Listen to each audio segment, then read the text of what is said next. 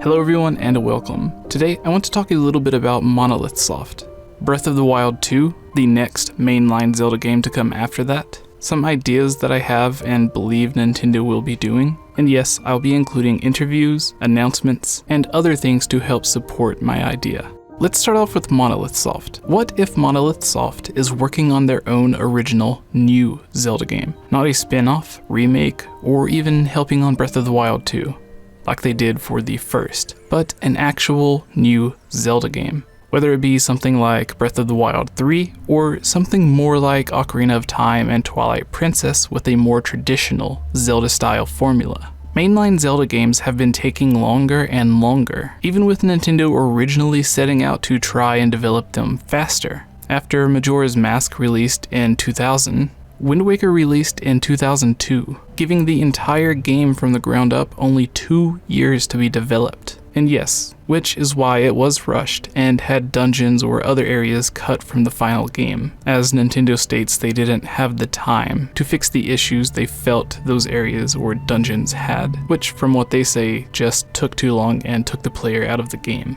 Twilight Princess, releasing in 2006, took 4 years to release, and despite seeing its share of delays, it also ended up being rushed to release within its final year. Skyward Sword took 5 years to develop and released in 2011. Immediately after, Aonuma and others at Nintendo stated in various interviews they would not be taking such long time spans between home console mainline Zelda releases, and mainline Zelda games should not have more than a 3-year development cycle. They actually came close to keeping that goal with the original Zelda Wii U or Breath of the Wild release date of 2015. Then it was delayed multiple times to release after 6 years in 2017. Now we are in 2022 and waiting on Breath of the Wild 2. Since Nintendo already had almost everything designed, planned out, and ready for Breath of the Wild 2, which we know, as they've stated, a lot of the ideas and concepts came from plans they had for the original game that didn't make it in the final game. It was then meant to be added as DLC, but they decided it was way too big for DLC and continued it as a sequel.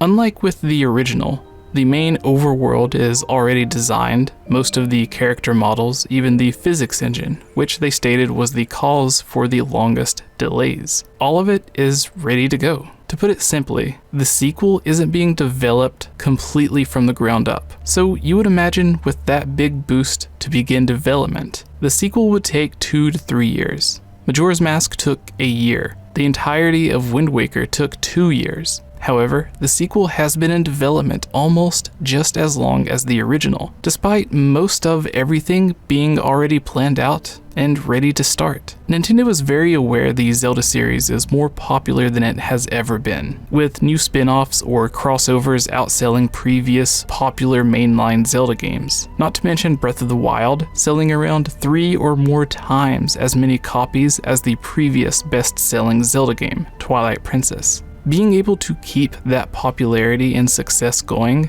and not worrying about fans falling out or becoming uninterested due to the typical 5 or 6 years, which it seems to take for a mainline Zelda game. This is a major factor that I think would make them once again put a strong focus on releasing these mainline games every 2, 3, or 4 years, as they stated they would be doing after Twilight Princess and Skyward Sword's development cycles just getting longer and longer. Especially considering you can go from middle school or junior high all the way through high school and be in your first or second year of college in the time it takes to make one game. I think this would be perfect for Monolith Soft to come in. We know they have their own official Zelda team, and they have been actively developing whatever this Zelda project may be since late 2018 or early 2019. They began the first several massive hirings to increase their Zelda team's staff at the beginning of 2019, so it is possible they were already working on the new Zelda project in 2018.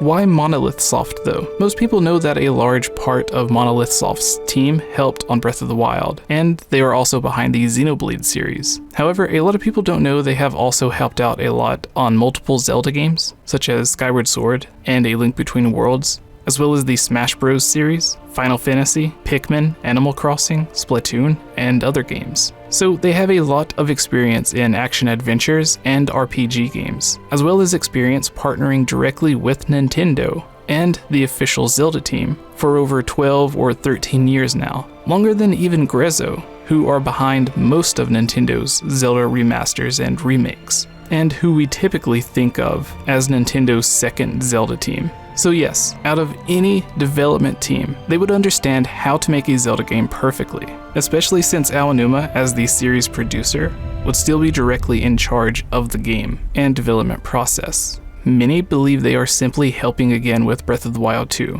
but I ask, why now, after so long? Why only make their team an official Zelda team if they were to just keep doing the same thing as before and not change anything? Why have these massive hiring sprees for your own new Zelda team if you're just continuing to help as you did before? Almost like a pattern, mainline Zelda games went from 2 or 3 years to develop to 4, then 5, then 6. If that pattern repeats, that would give Breath of the Wild 2 7 years. Though with it being a sequel and reusing a lot of assets, I imagine Nintendo thought it would only take half the development time of the original Breath of the Wild. I think maybe they originally planned to release it in 2020 or 2021, if everything were to go well. Monolith Soft began their Zelda project in 2018 or 2019, probably planning on releasing their game around 2 years after Breath of the Wild 2. Whether it means developing the game themselves, which they would have all the experience and trust from Nintendo to do, or just getting a head start on whatever comes next, then Nintendo's team joining them to work on the game and finish it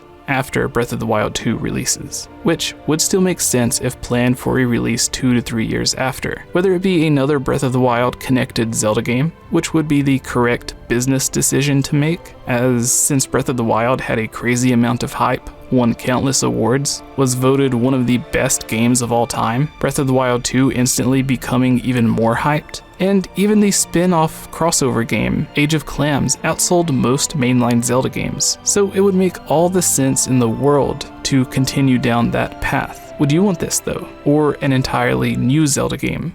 And if it was an entirely new Zelda game, would you want it to share mechanics with Breath of the Wild? Or be more similar to previous traditional Zelda games, such as Ocarina of Time and Twilight Princess? After all, yes, a lot of people would love to play a new traditional Zelda game, but sadly that is a huge risk for Nintendo. Not only could it end up in a situation similar to what Wind Waker or Skyward Sword originally had, where it doesn't sell well, gets lower than normal reviews, pushes a lot of fans away from the franchise, and receives loads of hate and negative feedback. Now, with Breath of the Wild, and even more so with the upcoming Breath of the Wild 2, a large portion of Zelda fans have only played Breath of the Wild. I see this all the time in our comments, our Discord, on Twitter. They have never played Ocarina of Time, Twilight Princess, or other Zelda games to understand exactly what a Zelda being a traditional Zelda game really means. So even if they like the art style, and it didn't have Wind Waker's situation when it first released,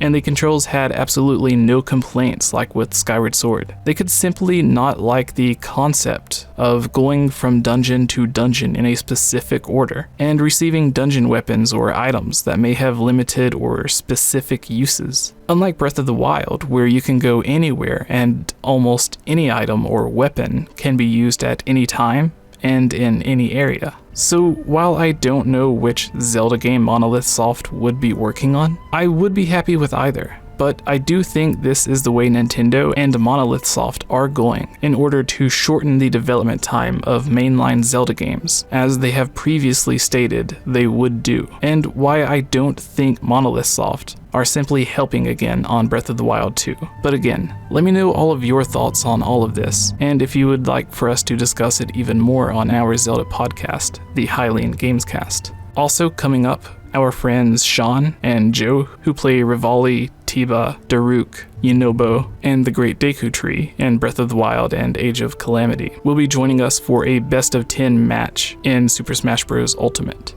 Whoever loses is going to be doing a giveaway to the subscribers and followers of the winner. And after our 10 matches, if you're in the live stream, you'll be able to join and play along with us. The first is Sean on the 24th, with Joe joining me on the 27th. So please, look forward to that and wish me luck. I hope you're all having an amazing day, and thank you for watching.